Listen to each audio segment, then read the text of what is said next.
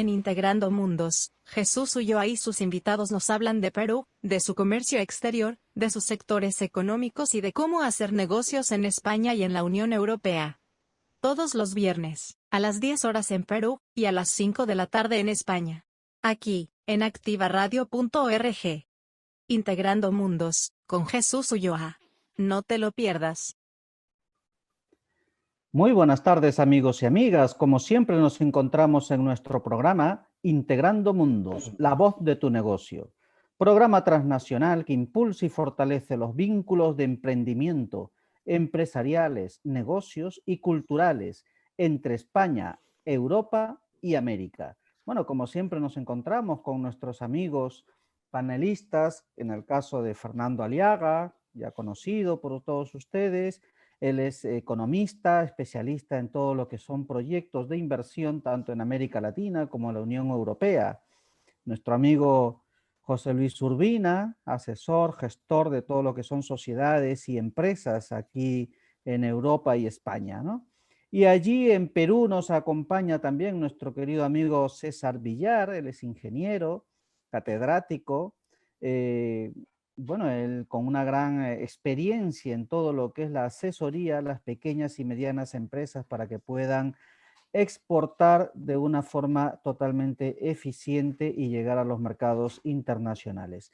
¿Qué tal? Muy buenos días por allí, por Perú, César. ¿Qué tal, Jesús? Buenos días. Aquí pues ya entrando de lleno casi al invierno, ¿no? Parece que va a ser un invierno bastante frío para las temperaturas que estamos acostumbrados, ¿no? Y la humedad. Y la humedad sobre todo, que suele Sí, la llegar a humedad un acá. 98%. Sí, ya no, en invierno nosotros respiramos agua y los pulmones se convierten en branquias. Así es, efectivamente. Bueno, hoy día vamos a tener un programa bastante interesante, como siempre, y todos los programas que tenemos. Hoy vamos a conversar precisamente sobre todo lo que tiene que ver con la diversidad cultural.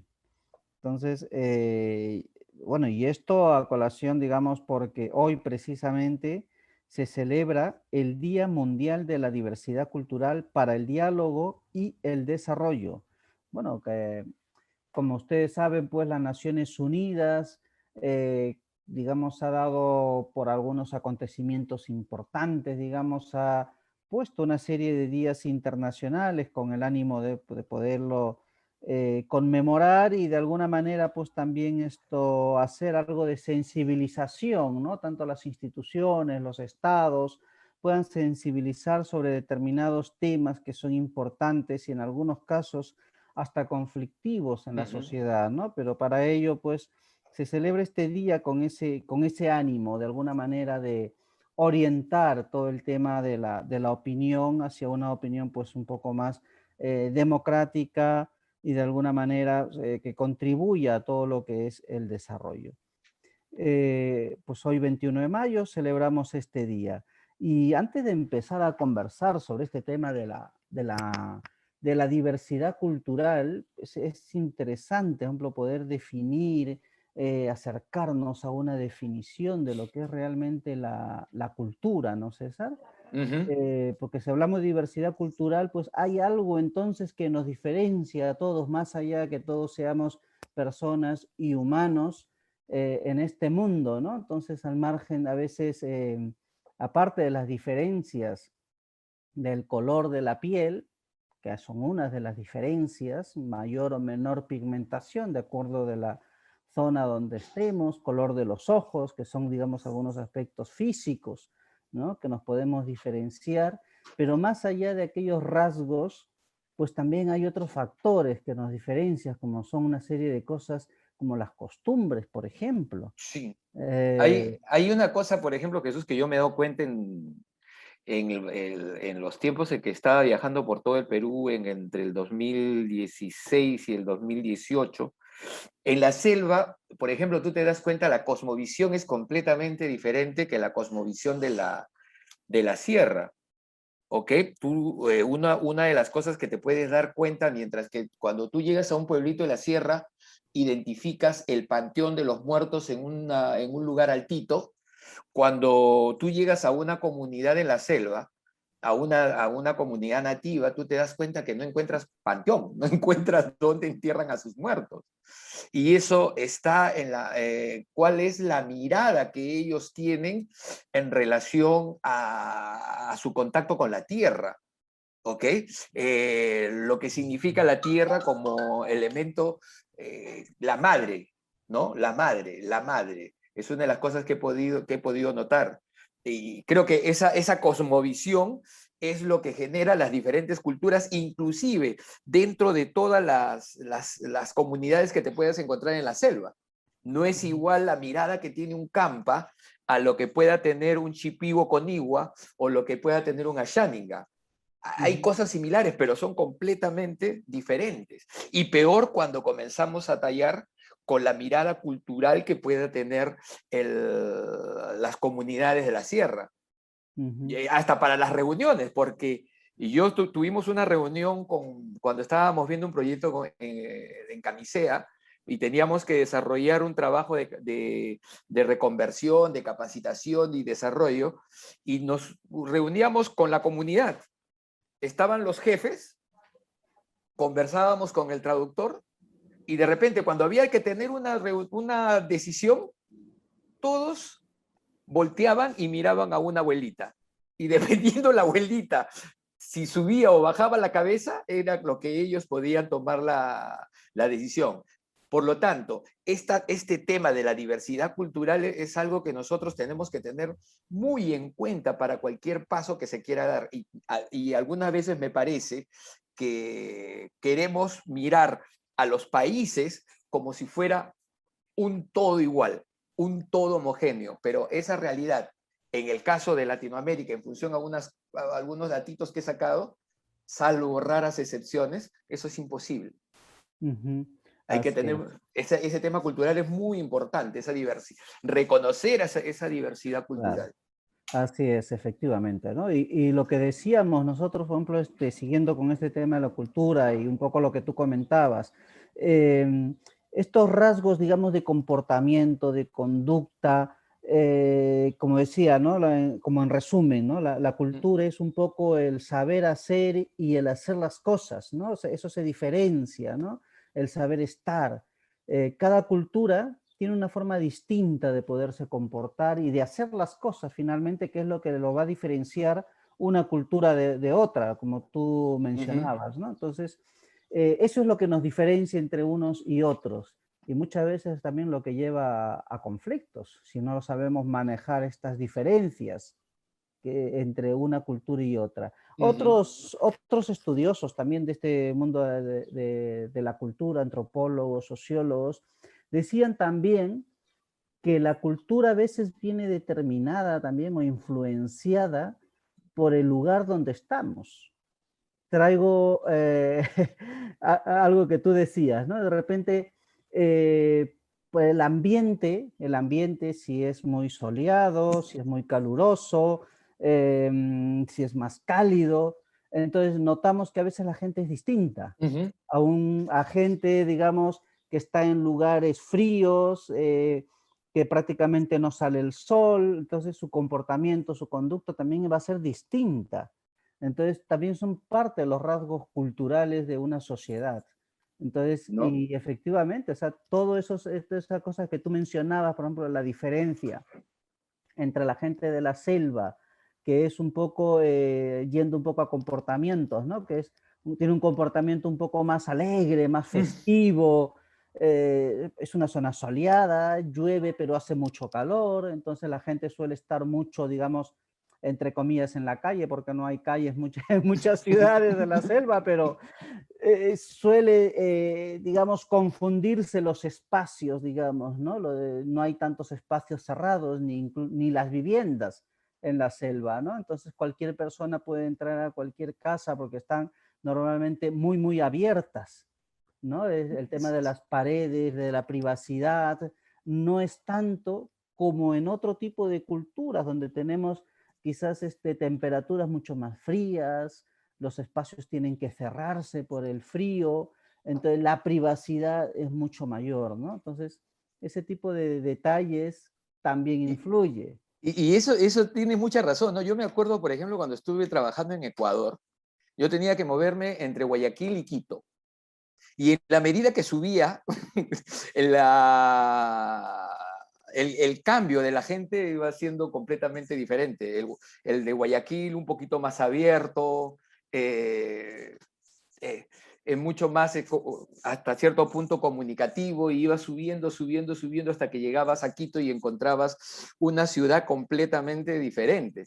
O cuando cosas que he visto y que me llamó mucho la atención, en el caso de las culturas indígenas, cómo cómo habían logrado integrar, ¿no? Acá es difícil, por ejemplo, que tú lo veas, salvo rarísimas excepciones lunares pequeñitos, en el cual tú puedas ver a una persona yendo a la universidad con sus trajes típicos. ¿Ok? Y cuando estuve por la zona de la Sierra de Ecuador, por el Chimborazo, hay una universidad, y me llamó la atención de la gran cantidad de chicas y chicos que iban vestidos con sus ropas tradicionales de su cultura. Pero hasta donde yo pude ver desde lo lejos, nadie se sorprendía, ¿no? Lo aceptaban, esa aceptación cultural de vestirse a la usanza, cosa que muchas veces acá el vestirse con trajes típicos en nuestra cultura Perú representa por determinados eventos, no es el día a día, ¿ok? Entonces, acá dando un pie, cómo la cultura, como tú bien dices, sirve como un medio de comunicación, de poder comunicar algo, ¿ok? Y cosas que algunas veces perdemos ese sentido. Así es, así es.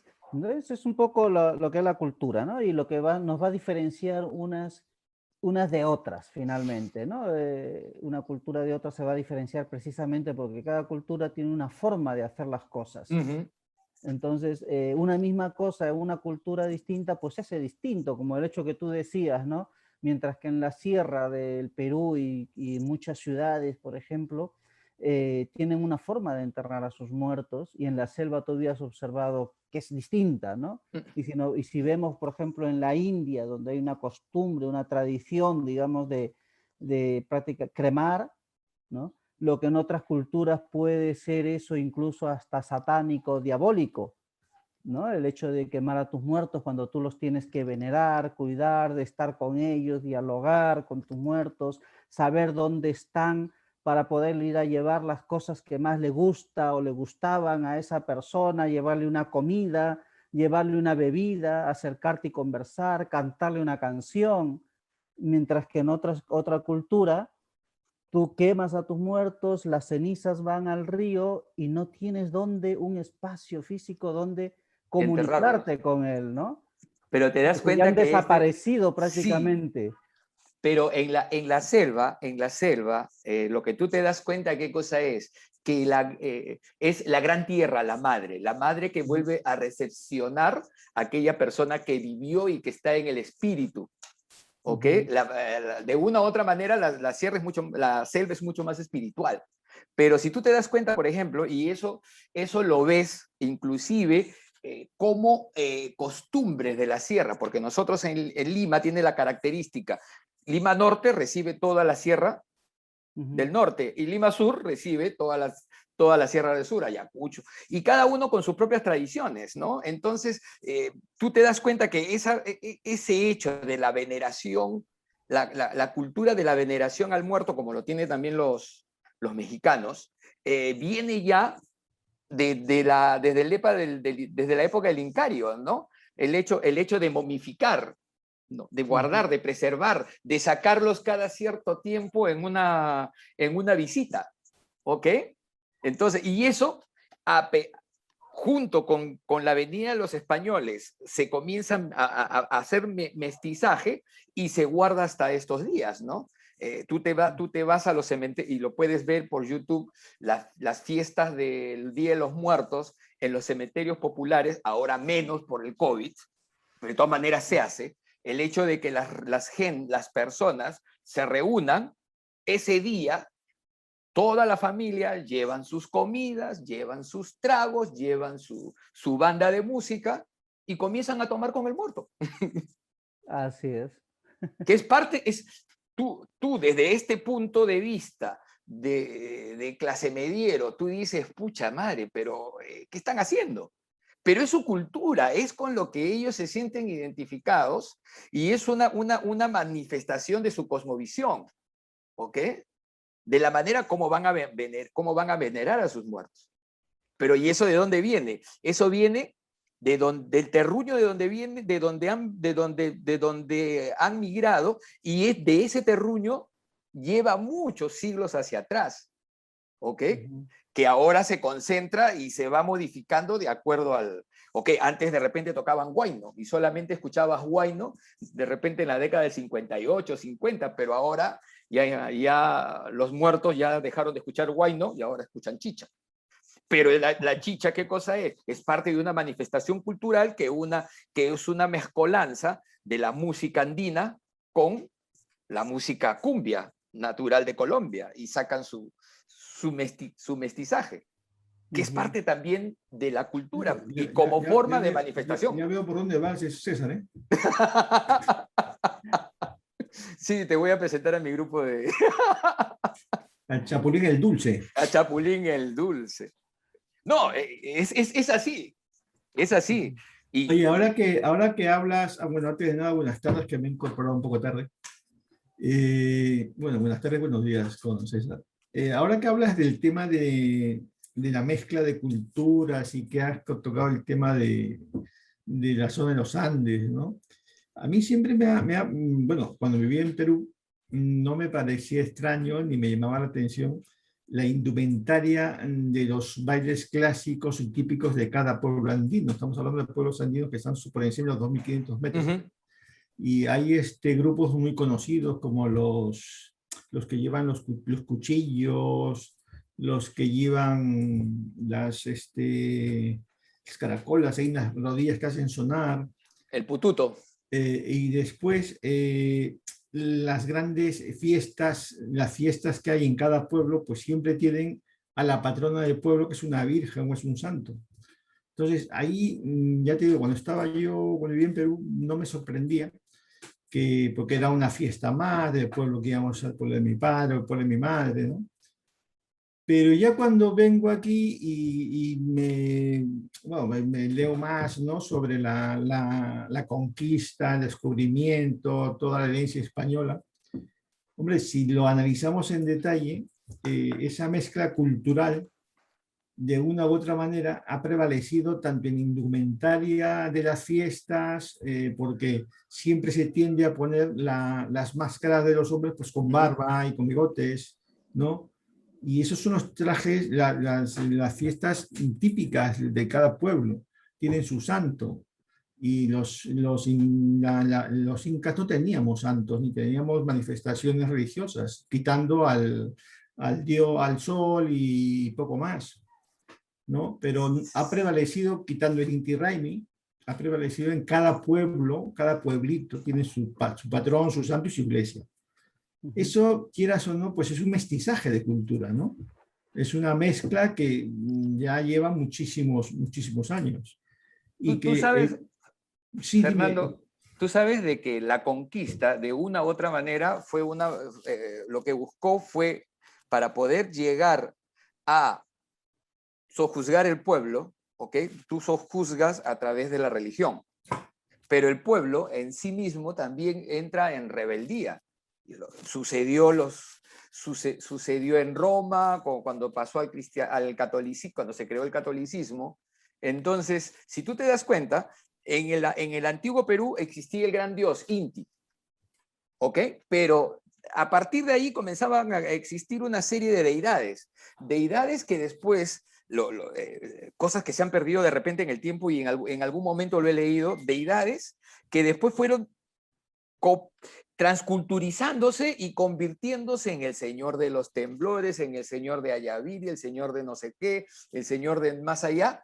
Entonces, y de tal manera que las fiestas patronales conservaban esa temporalidad en que se daba la deidad.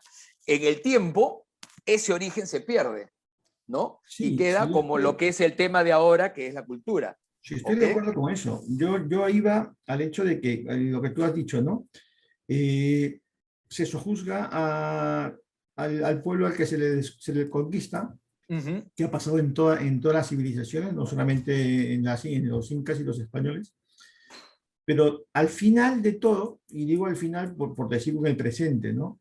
En todo ese transcurso de tiempo, el pueblo no ha perdido su identidad completamente, porque sigue prevaleciendo en muchos pueblos andinos, inclusive en pueblos amazónicos que son los que conocemos, la lengua antigua, y la ujú. lengua antigua en toda su variedad. El quechua, por ejemplo, que era la base en el imperio incaico, pero no todos los pueblos hablaban el quechua que hablaban las determinadas élites de la autoridad, del gobierno.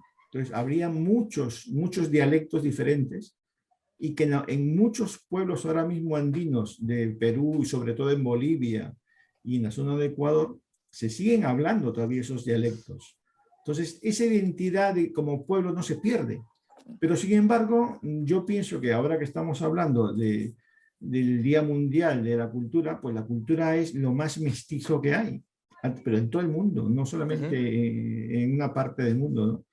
Porque la Ah, cultura tiene un mestizaje tal que ya no hay una sola cultura, porque inclusive algunos dicen los romanos, pero los romanos eran una mezcla de culturas, que sale de los pueblos latinos, ¿no? Pero, Que eran Fernando, un montón. ahí sí discrepo contigo, no sé, Jesús, si estarás de acuerdo. El problema es que el que tiene el poder define lo que va a transmitir y las enseñanzas que va a dar. ¿Ok? Entonces, la estructura educativa, en el caso del Perú, tiende a chancar y a que pueblos originarios comiencen a perder la esencia misma de lo que son. Y solamente hay motivaciones individuales que comienzan a decir, oye, esto se está perdiendo, porque al final de cuentas un chipivo conigua recibe lo mismo que el moreno chinchano del Carmen, ¿ok? En donde ambos pierden hasta cierto punto el origen mismo y todo queda a simbolismo de danzas, pero que se pierde en el tiempo el origen mismo de la cultura. Porque la cultura, y eso lo pude observar muy bien con una experiencia de un señor viejo a los 55 años, en la selva ya es viejo, o sea, nosotros seríamos... Adolescentes. ya, Mejor ya no. ¿Ya? ¿Cuál era su objetivo? Su objetivo, porque el pata era chamán, estaba recopilando todas las hierbas, ¿ok?, de la zona, y ese conocimiento se los estaba transfiriendo y los ritos se los estaba transfiriendo a los jóvenes Sí. como un afán de poder conservar, porque tarde o temprano, ¿qué va a suceder? Si no hay una política de Estado de preservación, eso va a chancar a la cultura y vamos a llegar en un momento en que vamos a ver determinadas plantas y nosotros no vamos a ver ni para qué servían. No, no, ¿Ok? sí, yo estoy de acuerdo con eso, estoy de acuerdo, con que la cultura ha sido pues maniatada, ha sido golpeada, ha sido pues, pero sin embargo, y no sé si aquí vas a estar de acuerdo conmigo, la cultura va a ser algo como la materia, que no se destruye, sino se transforma. Se transforma. Ni Se se crea ni se transforma. destruye, sino se transforma. Y en este caso yo pienso que la cultura es así. A pesar de todo lo que puedas hacer, va a absorber del que viene, va a absorber cuando se está yendo, va a absorber y se va a quedar siempre, pero se va transformando en la cultura. Porque ya te digo, no es una sola cultura la que tenemos ahora mismo en el mundo, ni son infinidad de culturas. Uh-huh. Porque tú te puedes ir a un pueblo cercano de donde vives y tienes a lo mejor una idiosincrasia diferente y eso Sí. es cultura al fin y al cabo, ¿no? La La gente cuestión, piensa de forma diferente y es cultura. claro, claro, acá la cuestión es que en el proceso de mestizaje no se pierde identidad. Por ejemplo, mira, tú te das cuenta ahora la tendencia de la música urbana. Acá, por ejemplo, había un grupo que se llamaba Guairuro. un perfecto mestizaje entre... No sabías qué estabas escuchando, si jazz o guayno. ¿Ok? Y entonces sacaron el folclore jazz, el jazz folk. ¿Ok? Entonces, una mistura en donde mezclabas vientos, metales, y de repente por ahí, ¡pum!, entraba un bombo y entraba una... Entonces, esas manifestaciones culturales, bienvenido sea. Sí, son nuevas tendencias. ¿Ok? Son nuevas tendencias que sin hacer perder, porque no solamente es la música, sino es en la manera como comunica la música. Te voy a pasar un video que tengo de una canción, es Ódiame. Sin piedad no, ¿Ya? no te lo veo. Ódiame. ¿Ya? Sin piedad. Ódiame. Tiene una particularidad. Tú sabes que Ódiame es un vals. Sí. Ese vals hacen toda una presentación y mezclan quena andina, cajón negro, ¿ok? Batería de rock and roll y bajo de rock. Al final va todo el ritmo del vals y al rematar el vals termina con un zapateo serrano. Esa transculturización en donde traes de todo sitio y mezclas y sacas un producto nuevo. Pero ese producto nuevo no pierde la identidad de donde viene. La esencia, ¿no? La esencia sigue siendo la misma, pero crea una nueva tendencia que puede crear un nuevo afluente de cultura que, aunque comparta un mismo espacio con determinada gente, van a tener un común denominador al fin y al cabo, en algún momento.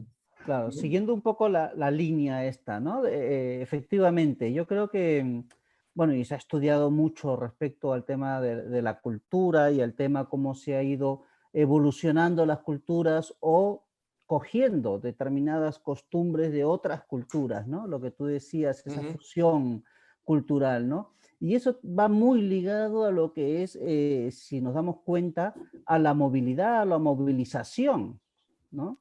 Entonces, a medida que se han ido impulsando los sistemas de transporte, de comunicación, de tal manera los barcos, los caballos, los barcos, entonces poco a poco la gente ha ido, digamos, yendo de un lado a otro y va trayendo costumbres totalmente distintas o cosas nuevas, incluso hasta productos nuevos, porque hemos sabido que muchos productos alimenticios, también la alimentación es parte de un rasgo cultural, la comida, cómo cocinamos nuestras cosas, la música que ustedes mencionaban, es parte de los rasgos culturales que identifican a cada comunidad, a cada sociedad. Y que estando lejos de tu tierra, reconoces ese rasgo cultural porque sabes que ese pata es de mi barrio. A mí me pasó, mira, una anécdota bien bacán. Yo llegaba a Florencia, ¿ok? Entonces bajé con mi mochila, todo, en el tren, y de repente comencé a escuchar a lo lejos, una canción, una cumbia peruana, Colegiala, que en esa época estaba de moda. Me llamó la atención Colegiala, era jueves. ¿Pero te llamó la atención o te recordó a alguien? Esa es la pregunta. No, me llamó la atención. Tú sabes que yo no soy tan asiduo de la música chicha. Entonces, cuando salí... De tu época colegial, digo. No, es otra cosa. Cuando salí me di cuenta de una cosa. Miro hacia donde venía la música y veía gente de mi color con gente de otro color reunidos allí. ¿Ok? Y te das cuenta cuando veías que todos compartían un vaso con una cerveza y todos se compartían el vaso. Tú dijiste, estos son los míos. Y de repente por ahí veías una señora, 2 o 3 señoras que estaban con las bolsas del mercado dando vueltas, vendiendo pollada. Comida. ¿Ya? Y te dabas cuenta que eran más tus paisanos cuando era el día de las elecciones peruanas. No, lo más bacán es, te diste cuenta que eran tus paisanos cuando comenzó a sonar la sirena. Yeah. Y de un momento a otro, nadie dejó de sonar la sirena y todos se juntaron. Sí, eso es típico aquí en todo sitio. Mira, ahora cuando hablas de cultura y cómo se transmite, con lo que decía un poco Jesús, ¿no? Por ejemplo, mis hijos han nacido en España, entonces cuando eran pequeños yo lo típico, Les enseñas pues lo de tu país, lo que conoces más a mano, ¿no? Pero ellos se han criado en un ambiente, en el colegio, pues típicamente de aquí. Para empezar por las comidas que le daban en el colegio, pues no son comidas peruanas. Entonces ellos iban adquiriendo hábitos y costumbres de aquí. Sin embargo, en casa les seguíamos, a veces nos íbamos a un restaurante peruano, comida peruana, mi madre hacía comida peruana el fin de semana. Entonces ellos conocen toda la cultura. Los he llevado de pequeños a Perú, hemos hecho varios viajes, hasta que llegó un momento que ya no viajan con nosotros. Entonces ellos sienten el cariño, hecho cariño por Perú, pero no tienen un amor como el que tenemos nosotros, porque nosotros sí somos peruanos, aunque seamos españoles de todo, pero seguimos siendo peruanos, ¿no? Entonces, el cariño de mis hijos, que ya son mayores, a Perú y el respeto por la cultura, les encantan muchos platos de comida, les gusta mucho, han estado en Machu Picchu, bueno, mi hija no.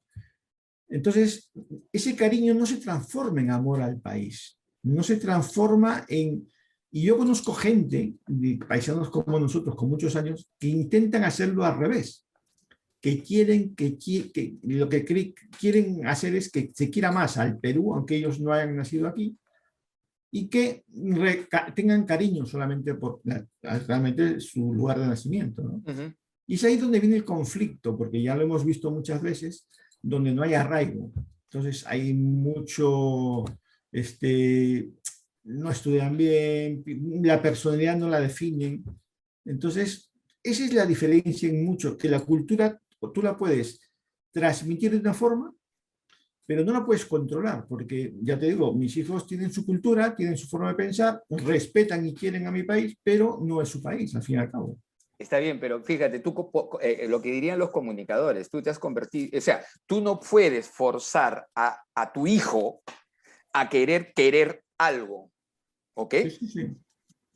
Porque lo que ellos digan, sí lo quiero, ellos solamente va a ser una cosa hacia afuera, por satisfacer a... Exactamente. Tú lo que has logrado, ¿qué cosa es? Tú te has convertido, lo que dirían los comunicadores, ¿no? En un hilo de comunicación, ¿ok? Claro. Has servido como un camino para decirle, oye, de acá vengo. ¿Ok? Ni siquiera le has mencionado, quiéreme a mí, vas a querer a tu país. Simplemente le has agarrado y le has mostrado. Claro, porque los chicos van creciendo y van asumiendo sus propios... Sí, sus propias posiciones. Claro, es que una de las características esenciales de la cultura es que tiene que ser netamente vivencial. Entonces, si tú no la vives, es decir, tú no sabes lo que hablábamos al inicio, ¿no? Es el saber hacer y el saber estar. Eso es la esencia de la cultura. Es que si tú no has vivido, tú no sabes preparar algo, no sabes el gusto de algo si no lo has vivido. Entonces, por lo tanto, o sea, tú puedes conocer de conocimiento, ¿no es cierto? Pero simplemente es un conocimiento, una sapiencia, pero no es la experiencia que te da esa, digamos, ese arraigo que tú dices, ¿no? Como decías tú, esa experiencia, esa vivencia en el día a día es lo que finalmente te forma a ti como persona y tu identidad como parte de algo. Es como querer aprender, claro. Querer aprender de una cultura académicamente sentado en un escritorio y no has tenido la capacidad de poder agarrar, irte al confín de la sierra y poder entender el porqué de determinadas vivencias, ¿no? Claro, sí, ya te digo, yo veo eso, ¿no? Por ejemplo, y cuando hablamos de diversidad, en el caso de mis hijos, por ejemplo, hay muchísimos casos similares. Jesús tiene un hijo que también es de aquí, entonces, aunque es más pequeño, pero ya ejemplos hay muchísimos, ¿no? Y no solamente de peruanos, ¿eh? Hay pues hijos de ecuatorianos, de dominicanos, de uruguayos, de argentinos. En el caso argentino, por ejemplo, y en el caso chino, que es donde se ven más esas barreras culturales de los padres hacia los hijos, en el sentido de que, por ejemplo, el caso a Messi, que es el caso más palpable. Messi está criado aquí desde que tenía, me parece, 10 años, 8 años, pero Messi es un argentino 100%. 100%, sí. Entonces, que no pierde y sus hijos, todos. En el caso del argentino y el chino, yo no sé si es por cultura que ellos asumen que siguen siendo argentinos y que siguen siendo chinos, hayan nacido donde hayan nacido, ¿no? Esos son los únicos dos países que encuentro yo más o menos esas diferencias, porque en otro caso, hasta hace poco los Y brasileños también los pensaban lo mismo. judíos, ¿ah? Y también los judíos. Bueno, el Son judío es judíos donde nazcan en cualquier parte del mundo. El judío ya es otro tema. Eso Va más con la tradición, ¿no? El judío, pues mira, yo he trabajado con judíos, tengo amigos judíos, y es más, eso parte de que si tú eres hijo de una judía, da igual que la judía se haya casado con un no judío, pues te van a seguir considerando judíos. Pero si tú eres hijo de un judío y la madre no es judía, tú no eres judío. La línea es así. Entonces, ahí conjuga las leyes y las tradiciones. Exactamente. Yo conozco amigos que eran, siendo hijos de un judío, pues, el apellido pues, típicamente judío, no eran judíos, porque la sociedad judía no los aceptaba en ese sentido, porque su madre no era judía. Entonces, pues esa es la diferencia, ¿no? Muchas tradiciones, como dice César. Y hablando de diversidad, digamos, para cerrar este capítulo de diversidad y empezar otro que me gustaría que conversemos, César, por ejemplo, había hecho una pequeña investigación de lo que viene a ser la diversidad cultural, digamos, en esencia, ¿no? Sí. A través de aquellas culturas existentes y que todavía sobreviven, ¿no? En estas épocas, por ejemplo, en diversas partes de América del Sur. De repente sería interesante, por ejemplo, que he podido sacar principalmente de Perú, ¿okay? Comenzó con el Perú, y me encuentro con la sorpresa que hay 55 pueblos indígenas, 51 en la selva, en donde he estado ahí y cada cual habla su lenguaje, y la universidad ha hecho un buen trabajo con el tema de pluriculturalidad para rescatar eso, y son 4 en los Andes. Después, en Ecuador tienes 18 pueblos indígenas. Esos 18 pueblos indígenas distribuidos en 14 culturas. Bolivia tiene 36 pueblos indígenas, Chile 9, ¿no? Y creo que el objetivo es que no sean 9, sino que sean 2 o 3. Menos. Sí. Uruguay 4 etnias. Argentina 38 pueblos. Y Colombia 102 comunidades nativas. México se lleva el galardón. Es donde hay mayor cantidad de culturas. O sea, muy parecido al país, ¿no? Hombre, México es un crisol que ha ido absorbiendo y ha sido el cruce de mucha gente, ¿no? De mucha gente, sí. Yo creo que ahí, en ese estudio, habría que diferenciar, por ejemplo, lo que son los países andinos y los que no son países andinos, ¿no? En el caso de los andinos, vemos ahí que hay un hilo común, que es, por ejemplo, Colombia, Perú, Ecuador, los andinos, ¿no? Hasta Chile y Argentina. Pero ya Bolivia Uruguay, también. Paraguay no son andinos. No. Entonces Brasil tampoco es andino, de momento, porque cada vez está acercándose más a Perú. Pero... yo quiero hacer y que reflexionemos sobre ello. A ver, una especie de provocación incluso. A ver, ya es evidente y que cada día los países tenemos mayor diversidad cultural porque va llegando gente de otros pueblos, de otros países, con otras costumbres, ¿no es cierto? Y nos vamos haciendo mucho más multiculturales que antes, al menos que hace 50 años. Somos más multiculturales. Caso de Perú, por ejemplo, tenemos la venida de gente de muchos sitios, como de los cubanos, que llegaron un buen grupo. Llegaron últimamente los venezolanos, los ecuatorianos, los colombianos en parte de la selva, los bolivianos en toda la parte sur, por ejemplo, y en Lima muchísima gente de diversos sitios, ¿no? De España, europeos, por diversos motivos, ¿no? Entre negocios y todo esto.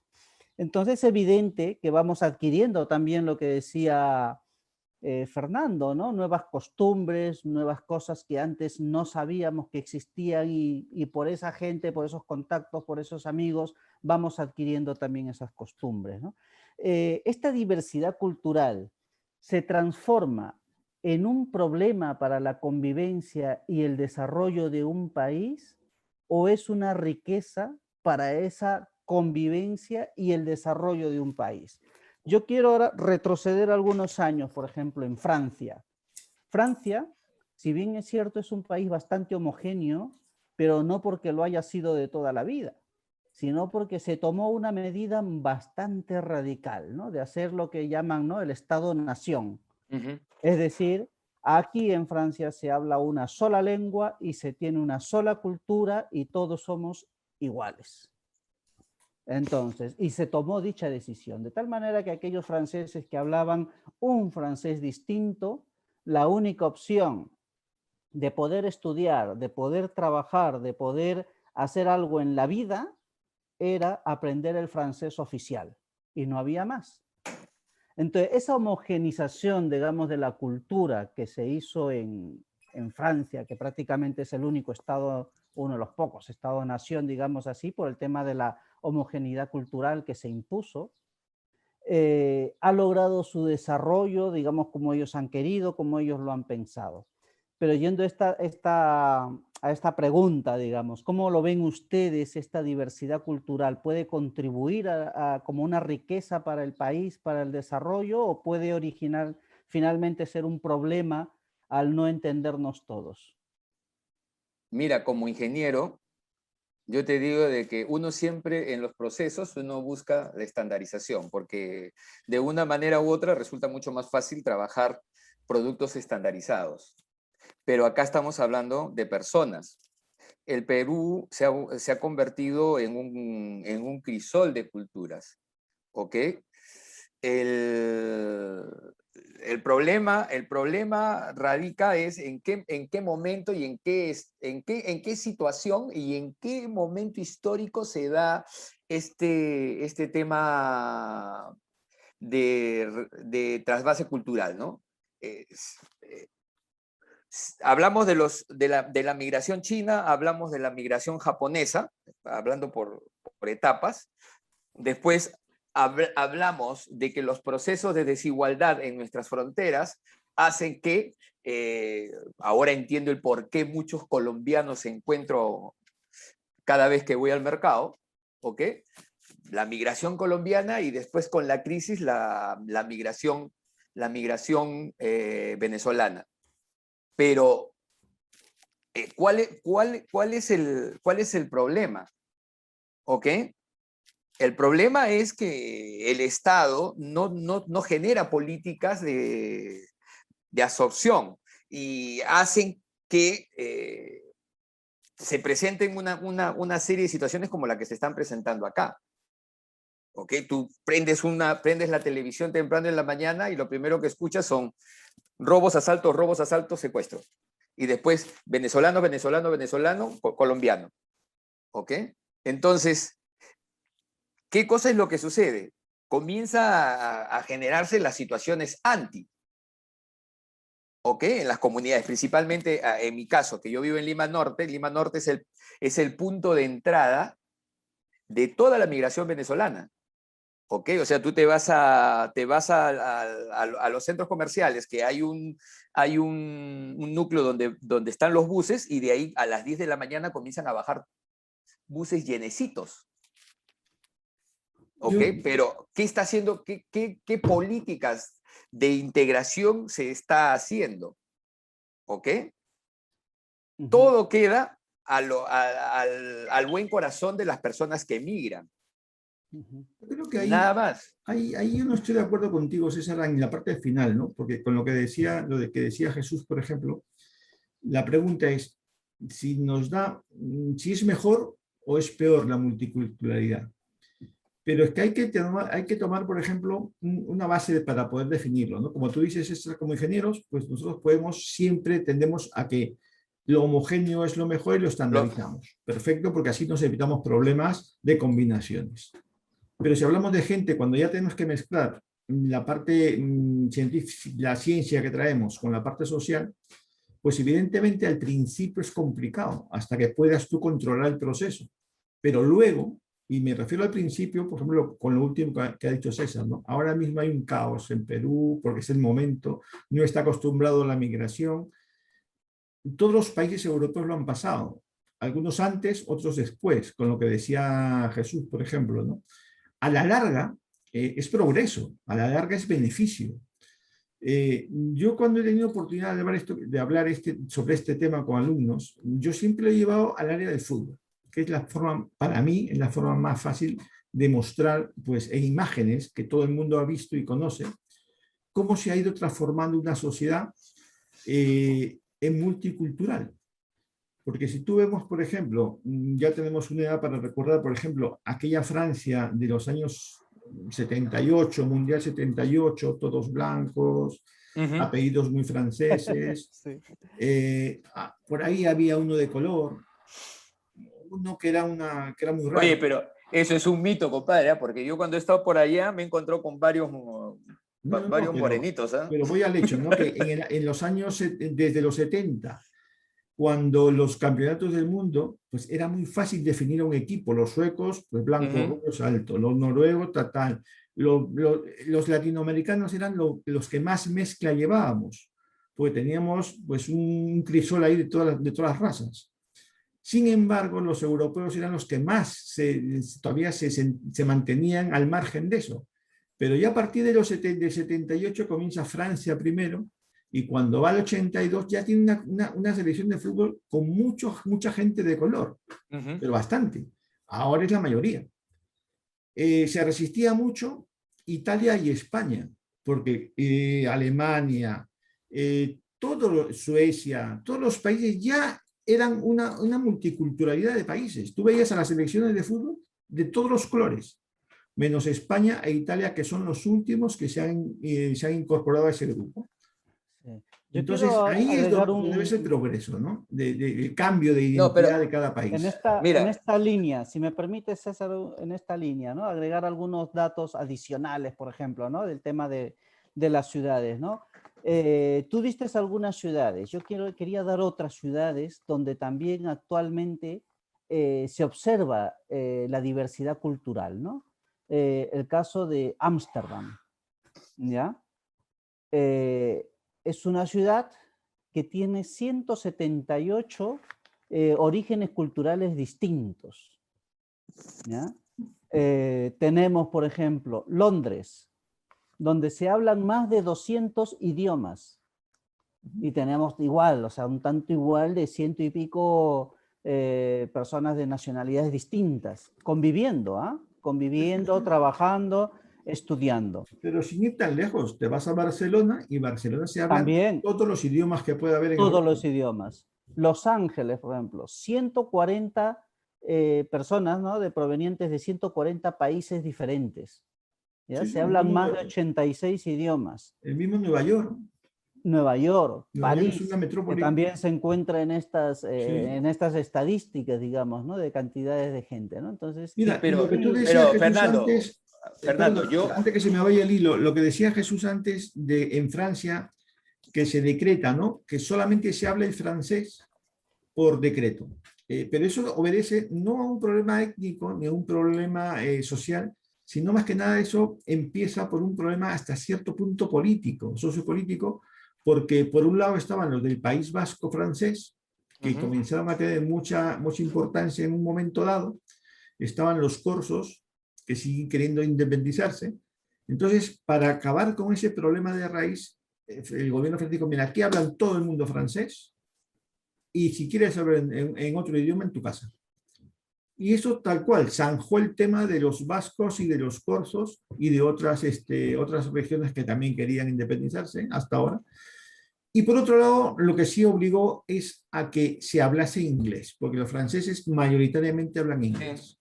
Aunque no te hacen caso no te hacen caso cuando le hablas inglés. Te miran como bicho raro. No te creas, pero yo me refiero a que lo hablan todos prácticamente. Un francés que sale de Francia habla solo en inglés, no habla en francés. En su país, pues, evidentemente no te va a hablar en otro idioma que no sea el francés, porque son muy franceses, esa es la realidad. Mira, hay una cosa que tú has dicho y creo que son dos. Hoy día en la mañana estaba leyendo y estaba viendo un programa que trataba el tema de Ucrania, ¿ok? Y cómo el hecho de existir dos zonas, una donde se habla ucraniano y otra donde se habla ruso, hace posible el hecho que el país se pueda integrar al mundo europeo, porque ambos idiomas hacen que unos estén pensando en unirse a Europa y otros de unirse y mantenerse en Rusia.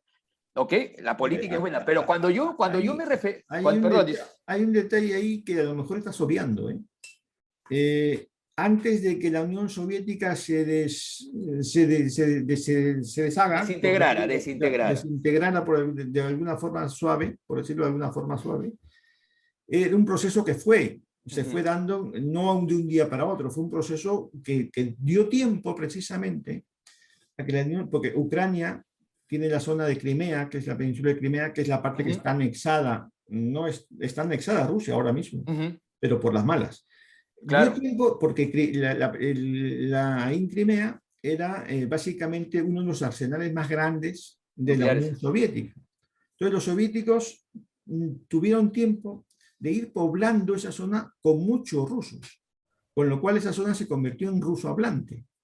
Pero porque había muchos rusos viviendo en esa zona de Crimea, ruso, ¿no? Parte de la estrategia. Cuando se desintegra la Unión Soviética, la estrategia cambia y dicen, pues ya tenemos a los rusos hablantes ahí, en la primera vez que ocurra algo, en la primera que ocurra, vamos y los salvamos. Y ese fue realmente el argumento que ha tenido Rusia ahora para invadir Crimea. Dicen, no, vamos a salvar a nuestros rusos. Paisanos, a nuestros paisanos. Porque los están atropellando. Y lo anexionó Crimea directamente y está en un conflicto hasta ahora. El segundo punto que quería acotar. Ya, el segundo punto es que lo que yo quiero dejar claro es de que todo proceso migratorio, todo proceso de transculturización, proceso migratorio va a generar un proceso de transculturización, ¿ok? Entonces, el que viene va a tener una mezcla de culturas, y eso lo he visto con familias venezolanas muy, muy allegadas. Pero tiene que haber de parte del Estado un orden, ¿ok? Para que permita la inserción, ¿ok? De tal manera de que todos esos conocimientos que están trayendo estas personas, muchos de esos conocimientos se han ido diluyendo en el tiempo, ¿ok? O han tenido que pasar mucho tiempo para que puedan ser efectivos y generar beneficio al país. Entonces, tiene que haber una cuestión ordenada y rápida, ¿ok? Si eres médico, te doy las facilidades. Eres ingeniero, te doy las facilidades. A dónde tú puedes agarrar y puedes generarte en un punto para generar desarrollo. Porque el gran problema es que hemos vivido un desorden, ¿ok? Entonces, ¿eso qué está haciendo? Y lo he visto acá en Lima Norte, ¿ok? Cartelitos que aparecen en determinados parques donde dice prohibido las venezolanas, ¿ok? Venezolanas, porque se supone que una venezolana que está en un parque sentada en un banco es prostituta. O que comiencen a aparecer cartelitos, que ya los he visto que los han sacado y también en el cual incitando a la violencia contra los venezolanos. ¿Ok? Entonces, eso es algo que ha sucedido, como decía antes, en varios sitios. Eso es porque Perú es un país que ha pasado de ser de exportador de migrantes a receptor de migrantes. A receptor, ¿no? Entonces, Perú está en un proceso ahora mismo de transición. Eso le pasó a España hace 25, 30 años. España no tenía experiencia de recibir tanto inmigrante. Llegó un momento en que aquí llegaron 2 millones casi de ecuatorianos. Entonces, ahí es donde el gobierno pone las pautas necesarias para, pues, poder canalizar todo eso. Entonces, ahora mismo tenemos casi el 5% en España de la población total que son inmigrantes. Entonces, estamos hablando de mucha gente, ¿no? Pero Perú va a atravesar ese proceso, ese camino en el desierto, y llegará un momento en que tendrá que adaptarse a lo nuevo que está viviendo, porque va a haber ya hijos de venezolanos nacidos en el Perú con todos los derechos y oportunidades, y va a tener que aceptar toda esa nueva situación. Ya le pasó a Chile en su momento, que Chile lo paró en seco. Lo paró, sí. Le pasó a Uruguay. Yo me acuerdo de cuando yo era pequeño, yo tengo familia en Uruguay, y que en Uruguay decían, no, aquí no se reciben negros. Es que tú no encontrabas negros en Uruguay. Y pasaba en Chile decían, no, aquí no queremos gente de color. Y te estoy hablando de los años 70, no tan lejos en la historia. En Argentina pasaba lo mismo. Ha habido mucha gente que en los años 70 pensaba que en Argentina no había indígenas. Y resulta que hay muchísimos indígenas. Sí. Y pasaba en Colombia. Colombia pasó de tener una población claramente indígena a que la mayor cantidad de población sea de color negro. Entonces le pasó a Ecuador, me acuerdo, en los mundiales, que volviendo al tema del fútbol, yo me acuerdo que venía la selección ecuatoriana y todos eran negros. Entonces a mí me han llegado a decir, ¿y ese país dónde está en el África? No, acuérdate que todos los futbolistas ecuatorianos son de Esmeralda. Exactamente. Esmeralda es la chincha peruana. Ya, pero yo cuando esa gente sale a jugar un campeonato de fútbol, el que no sabe dónde está Ecuador dice, coño, estos son africanos. Sí, parece. Me lo han dicho a mí. Entonces, a eso voy, ¿no? Que la identidad de un país se puede medir por la representación que tenga. Mire Estados Unidos. Estados Unidos hasta en los años 50 aceptó que tenía que mandar atletas de color, porque si no, no se comía nada. Así es. Además, tiene que aceptar eso. Fue un atleta de color que le puso el pare a Hitler, ¿no? Jesse Owens, claro. Jesse Owens. Entonces, mira, es un país que siendo tan racista tiene que aceptar estas situaciones. Y así como Estados Unidos, pues todos los países, todos estos países. Eso, para mí, lo que decía al principio Jesús, para mí es progreso. Así es. Que tiene beneficios, pero es así. Siguiendo en esta línea, ¿no? Finalmente hemos ya más o menos consensuado, digamos, de que la multiculturalidad finalmente lo que trae es riqueza a los países, ¿no? Porque podemos aprovechar una serie de conocimientos del saber hacer de la gente que quizás no sabíamos y que se hace distinta y que puede ser buena para unos y para otros. En esta perspectiva, me acuerdo que hace algunos años estuvimos trabajando con ACOSEX, precisamente, ¿no? Que ahora tiene esta radio, ¿no? Que es la Asociación Española de Comercio Exterior, ¿no? Entonces, trabajamos unos proyectos que tienen que ver con, de alguna manera, revalorizar las personas de diferentes nacionalidades que ya están aquí en España, que están aquí en Madrid, que están en las ciudades, que son nuestros vecinos, ¿no? ¿Cómo podemos aprovechar ese potencial, por ejemplo, de las personas que los tenemos como vecinos y que los conocemos para poder hacer de alguna manera negocios, para poder hacer de alguna manera otro tipo de actividades, ¿no? Entonces, o de conocer un país, ¿no? En aquel momento cuando España salía de la crisis, por ejemplo, cómo conocer Colombia, qué mejor que hacerlo con los colombianos que están aquí y que muchos de ellos son empresarios, ¿no? En el caso de los peruanos lo mismo, muchísimos empresarios aquí, catedráticos, profesores, aquí, qué mejor de tener ese primer contacto, ¿no? Con la gente que se encuentra aquí, cómo aprovechar sobre todo esas riquezas, ¿no?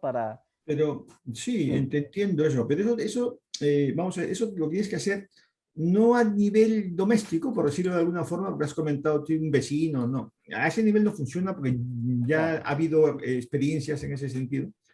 Eso sí funciona cuando tú te diriges, por ejemplo, a un colectivo especial, ¿no? Como de profesionales, en la cámara de comercio, porque hay cámaras de comercio de otros países. Sí. Es ahí donde sí puedes poder accedes a la experiencia de esa gente, al conocimiento de cada situación en cada país. Pero a nivel doméstico, ha habido experiencias, como te he dicho antes, claro. Con rumanos, con chinos. Porque tú cuando le preguntas, por ejemplo, a un vecino que es chino, o que es rumano, o que es de otro país, siempre van a decirte que sí lo saben todo, que quieren hacer negocio, pero a la larga es la peor pérdida de tiempo que pueda haber. Lamentablemente es así. Claro, esa mirada tiene que ser, perdón, discúlpeme, tiene que ser institucional. Sí. Acá, por ejemplo, yo me he encontrado la formación de cámaras de comercio, peruano-colombiana, peruano-venezolana, sí. Lo que he activado yo con la Cámara de Comercio peruano-italiana.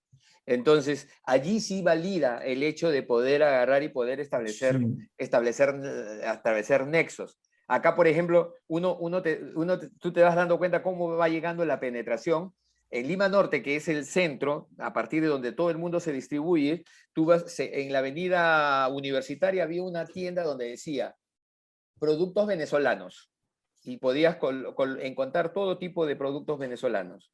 Y a partir de ahí, este pata ha comenzado a abrir 4 o 5 distribuidoras mucho más grandes. ¿Ok? Entonces, ese pata ya está institucionalizado. ese pata, el acercamiento a un negocio en el cual ya está creciendo puede representar posibilidades para poder ver, pucha, qué cosa es lo que se puede hacer. Pero es cuestión de ubicar gente formalizada, porque como Claro. bien dice Fernando, Los como potenciales de esas sí, personas. Sí, sí. todo el mundo te puede decir, sí, sí, yo conozco, pero al final de cuentas, cuando ya comenzamos a andar, y llegas a la conclusión de que no te has movido del sitio, sigues en el mismo lugar. Sí.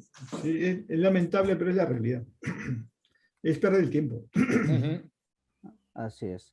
Pues nada, estamos llegando un poco al final de esta reflexión por el Día Internacional, Día Mundial de la Diversidad Cultural. Pues nada, un último mensaje, César, sobre finalmente lo conversado. Mira, yo creo que me estoy dando cuenta que este tema da mucho que, tiene mucho por hablar, por escarbar. Y creo que el único peligro que yo veo, ¿qué cosa es? Que la cultura fuerte chanque a la cultura débil. Entonces, deben, si nosotros queremos, en el caso de Latinoamérica, nosotros tenemos que ver de generar sistemas educativos, sistemas que logren que estas culturas prevalezcan en el tiempo, ¿ok? Para que no se pierdan. Y a partir de ahí poder generar una serie de ventajas. Yo admiro mucho el tema colombiano, a pesar de todo lo que se está viviendo. Cuando sus primeros comerciales, con conocimiento de la cultura del país, decía, lo peligroso, ¿no? Lo peligroso era la frase, es que tú te quieres quedar. Entonces, Fernando, sí. Eso es lo que se tiene que activar. Yo con el tema cultural, hacer una mención, por ejemplo, a nuestra época incaica, ¿no? Pues nuestra época incaica fue de muchos años, cientos de años. Un imperio se forjó que creó sus bases, unas bases muy sólidas, y llega otra cultura diferente y no solamente la absorbe, ¿no? Sino que yo creo que la intenta cambiar, pero aún así todavía tenemos esos orígenes, esas esencias que nos van quedando en esas zonas andinas que hemos dicho, que no se ha perdido ese vínculo con lo antiguo, ¿no? Con lo anterior. Hemos mezclado la cultura que ha surgido, es una cultura mixta, una cultura mestiza completamente la peruana, y que creo que va a seguir así por mucho tiempo más. Y ya no creo que se transforme más la cultura peruana, la colombiana, como tú dices, porque ya ha crecido tanto y se ha hecho mayor en Latinoamérica, en la cultura mixta, la mestiza, que lo único que puede hacer es florecer, ¿no? Va a seguir creciendo. Pero yo creo que no se va a perder la esencia que hemos tenido, que es la que traemos, la esencia que traemos de antes. Muchas gracias, Fernando. Esperemos. Lo más importante precisamente en todo lo que tiene que ver las culturas y las diferentes culturas y la interculturalidad es precisamente basarse en una relación de respeto a la diversidad cultural, saber y conocernos que todos somos distintos y tratar de tener una de las mejores convivencias y respetuosas entre cada una de las diferentes culturas existentes en una sociedad, en un país. Pues no nada, con esto... No perder la esencia, sobre todo. Mira Así nosotros, es. Jesús, nosotros seguimos siendo peruanos. Así podemos es. llevar años de años, pero nuestra esencia sigue siendo la de nuestro país de origen. Hemos mezclado con esta otra, pero la esencia en sí no se ha perdido. Así es. Pues, eres lo que eres y lo que te formó la tierra de donde naciste. Así es. Pero muy bien. He asumido otras cosas, pero sigo en esencia siendo ese que se muere por un ceviche, por un caucá, un lomito saltado. Bueno. Por unos chicharroncitos que me voy a comer después de esto. Bueno, muchísimas gracias con todos ustedes. Nos encontramos el viernes a las 17 horas. Un fuerte abrazo. Y nos vemos. Hasta el próximo viernes. Nos vemos. Adiós. Adiós. Activa Radio R.